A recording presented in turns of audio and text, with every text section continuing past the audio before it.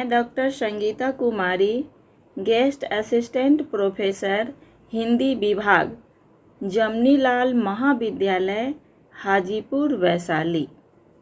आज मैं BA part 1 paper 1 अनुपूरक एवं सामान्य के बारे में चर्चा करूंगी। आज का विषय है सूरदास पद व्याख्या। तो बच्चों, आपने देखा पिछली कक्षा में मैंने सूरदास की काव्यगत परिचय के बारे में चर्चा की थी।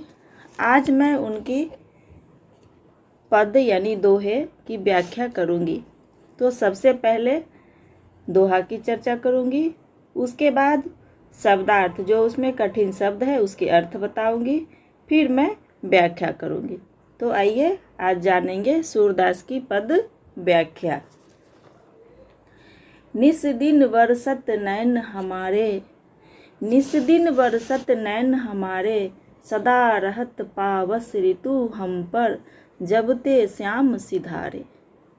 अंजर थिर न रहत अखियन में, कर कपोल भय काटे। अंजन थिर न रहत अखियन में, कर कपोल भय काटे। कंचु की पट सुखत नहीं कबहू, उर विच बहत पनारे। आंसू सलील सवय भई काया, पल न जात रिस तारे। सूरदास प्रभु यही पटेखऊ, गोकुल काहे बिसारे। अब सबसे पहले इसमें जो कठिन शब्द आए हैं उनका पहले अर्थ जान ले। जैसे निसी, निसी का अर्थ है रात। पावस वर्षा। सिधारे यानी गए। दीर्घ का मतलब होता है आँख। अंजन यानी काजल। डर यानी हृदय। कपोल गाल को कहते हैं। भय कारे यानी काले हो गए। कंचुकी यानी चकोली।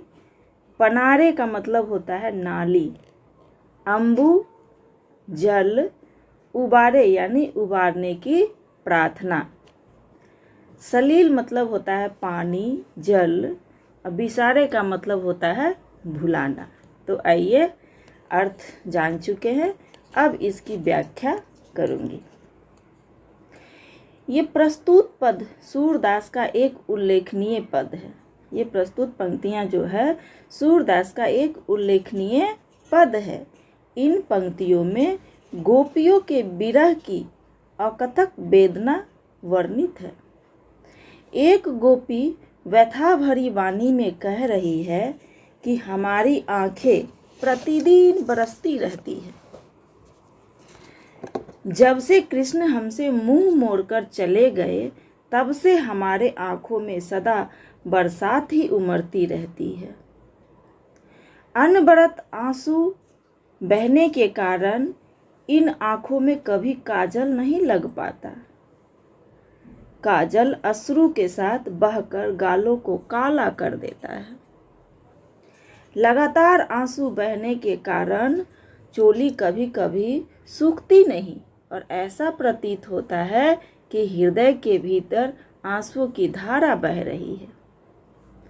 सूरदास के शब्दों में गोपी कहती है कि हे कृष्ण, अब तो ब्रज की बिरहनियों का अश्रु जल इतना बढ़ गया है कि उसमें सारा गोकुल ही डूब जाएगा। इसीलिए तुमसे आग्रह है कि इस डूबते हुए गोकुल को फिर से बचा लो। पंक्तियां ना, आंसू सलील सवै भई काया, पल न जात रिस तारे। सूरदास प्रभु कहे, पटेखो गोकुल काहे बिसारे। यानी उनसे आग्रह करते हैं कि गोकुल डूब जाएगा, इसीलिए इस डूबते हुए गोकुल को फिर से बचा लो। अब मैं दूसरी पंक्ति की ओर जा रही हूँ। दूसरी पंक्ति है इनकी, अखियाँ हरि दर्शन को प्यासी। अखियाँ हरि दर्शन को प्यासी, देखयो चाहती कमल नैन को, निशिदिन रहती उदासी। आए उधव फिरी गए आंगन, डारी गए फांसी।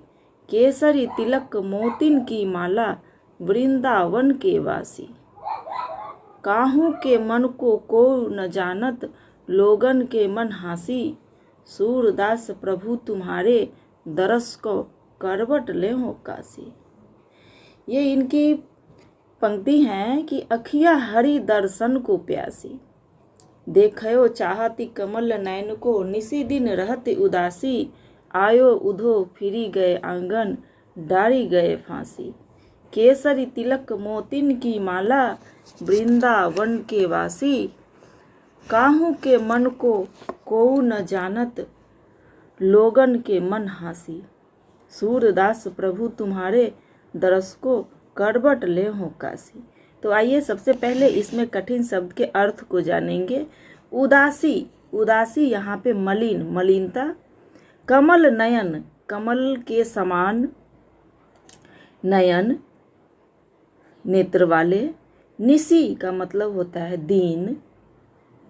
निसी दिन यानी रात दिन, हर समय। अब आगे मैं इसका व्याख्या करती हूँ इन पंक्तियों की। अखिया हरि दर्शन को प्यासी। कृष्ण के वियोग में गोपियों की व्यग्रता का वर्णन कवि ने बड़ी मार्मिकता से किया है।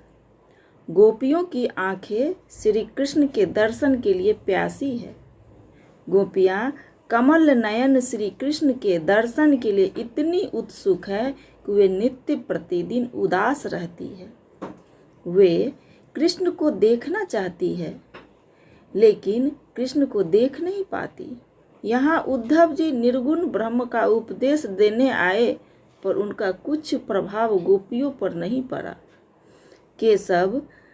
केसर चंदन और मोती की माला को धारण करने वाले श्री कृष्ण वृंदावन के वासी हैं।